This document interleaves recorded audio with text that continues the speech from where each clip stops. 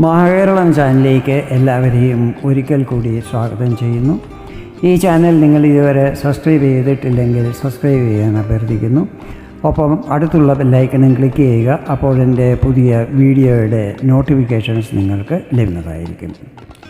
ഇന്നത്തെ എൻ്റെ ഈ വീഡിയോയിൽ രാഹുവിൻ്റെ രാശിമാറ്റവും അത് മേടൻ രാശിക്കാർക്ക് നൽകുന്ന ഫലങ്ങളെയും കുറിച്ചാണ് വിവരിക്കുന്നത്.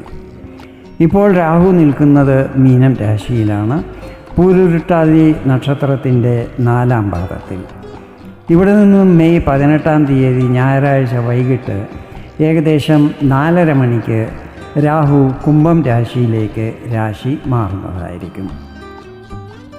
മാർച്ച് 29-നും മെയ് 18-നും ഇടയ്ക്ക് മീനത്തിൽ ശനിയും രാഹുവും ഒന്നിച്ച് നിൽക്കുന്ന സമയത്ത് ഇവിടെ പിശാചി യോഗം നിർമ്മിതമാകുന്നതായിരിക്കും.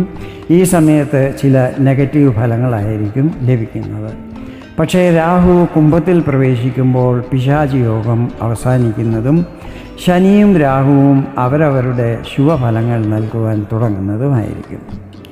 രാഹു നിങ്ങളുടെ 11-ാം ഭാവത്തിലേക്കാണല്ലോ പ്രവേശിക്കുന്നത്. ഇത് ഉപജയസ്ഥാനമാണ്.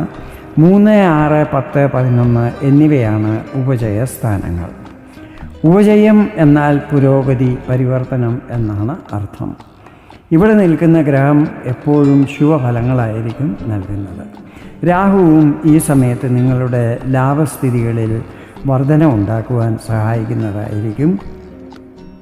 ജാതകത്തിൽ രാഹു ബലവാനായിട്ടാണ് നിൽക്കുന്നതെങ്കിൽ ഈ സമയത്ത് രാഹു നിങ്ങളെ ഉന്നതങ്ങളിലേക്ക് നയിക്കുന്നതായിരിക്കും.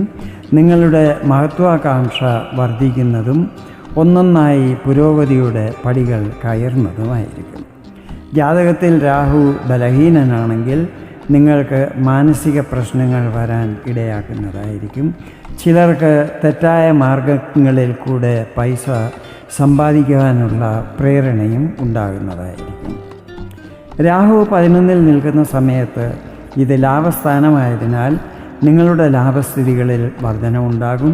കരിയറിൽ പ്രൊമോഷൻ, ഇൻക്രിമെൻ്റ്, അതല്ലെങ്കിൽ കൂടിയ പാക്കേജോടുകൂടി പുതിയ ജോലി ലഭിക്കുവാൻ യോഗം ഉണ്ടാകുന്നതായിരിക്കും. നവംബർ 23-ാം തീയതി വരെ രാഹു ഗുരുവിൻ്റെ ആധിപത്യത്തിലുള്ള പൂരുരുട്ടാതി നക്ഷത്രത്തിലായിരിക്കും സഞ്ചരിക്കുന്നത്. ഈ സമയത്ത് ടീച്ചർ, ലെക്ചറർ, പ്രൊഫസർ, കോച്ചിങ് ക്ലാസുകൾ നടത്തുന്നവർ, കൺസൾട്ടൻ്റ്, മോട്ടിവേഷണൽ സ്പീക്കേഴ്സ് എന്നീ ഫീൽഡിലുള്ളവർക്ക് പല സാമ്പത്തിക നേട്ടങ്ങളും പ്രതീക്ഷിക്കാവുന്നതാണ്.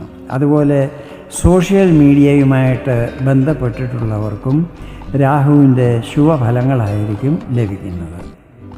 11-ാം ഭാവം ഇച്ഛാപൂർത്തിയുമായിട്ടും ബന്ധപ്പെട്ടിട്ടുള്ളതാണ്. ഈ സമയത്ത് വളരെ കാലമായി നിങ്ങൾ ആഗ്രഹിച്ചതും നടക്കാതെ പോയതുമായ ഏതെങ്കിലും കാര്യം നടന്നു കിട്ടുവാൻ യോഗമുണ്ടാകുന്നതായിരിക്കും.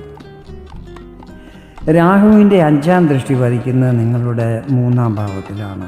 ഇതും ഉപജയസ്ഥാനമാണ്. ഇവിടെ രാഹു രാജയോഗ തുല്യമായ ഫലങ്ങളായിരിക്കും നൽകുന്നത്. നിങ്ങളുടെ ആത്മധൈര്യത്തിൽ വർധനമുണ്ടാകുന്നതാണ്. സഹോദരങ്ങളുമായി ബന്ധത്തിൽ സുദൃഢത ഉണ്ടാകും.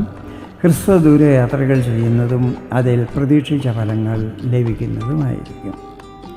രാഹുവിൻ്റെ 7-ാം ദൃഷ്ടി നിങ്ങളുടെ 5-ാം ഭാവത്തിലായിരിക്കും പതിക്കുന്നത്. ഇത് നിങ്ങളുടെ ബുദ്ധി, സ്കിൽ എന്നിവയിൽ വർധന ഉണ്ടാക്കുന്നതായിരിക്കും. ഈ സമയത്ത് സന്താനപക്ഷത്തെക്കുറിച്ച് അല്പം ആശങ്കകളുണ്ടാകുവാൻ സാധ്യതകളുണ്ട്. വിദ്യാർത്ഥികളിലും കുറച്ച് അലസത വരുവാൻ സാധ്യതകളുണ്ട്. ഈ കാര്യത്തിൽ ശ്രദ്ധിക്കണം.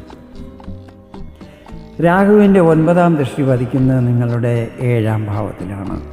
മെയ് 14-ാം തീയതി മുതൽ ഇവിടെ ഗുരുവിൻ്റെ 5-ാം ദൃഷ്ടിയും പതിക്കുന്നുണ്ടായിരിക്കും. അതിനാൽ ദാമ്പത്യ ജീവിതം സുഖകരമായിരിക്കും. ഈ സമയത്ത് വിവാഹം കഴിക്കുവാൻ ആഗ്രഹിക്കുന്നവർക്ക് യോജിച്ച ജീവിത പങ്കാളിയെ കണ്ടെത്തുവാനും സാധിക്കുന്നതായിരിക്കും. ഇതാണ് രാഹുവിൻ്റെ കുംഭത്തിലേക്കുള്ള രാശിമാറ്റം മേടൻ രാശിക്കാരിൽ ചെലുത്തുന്ന പ്രഭാവങ്ങൾ. വീഡിയോ നിങ്ങൾക്ക് ഇഷ്ടപ്പെട്ടെങ്കിൽ ഇതുപോലെ ജ്യോതിഷ സംബന്ധമായ കൂടുതൽ വിവരങ്ങൾ അറിയുവാൻ വേണ്ടി എൻ്റെ ഈ ചാനൽ സബ്സ്ക്രൈബ് ചെയ്യാൻ അഭ്യർത്ഥിക്കുന്നു. വീണ്ടും വേറൊരു വീഡിയോയിൽ കാണാം. അതുവരെ എല്ലാവർക്കും നന്ദി, നമസ്കാരം.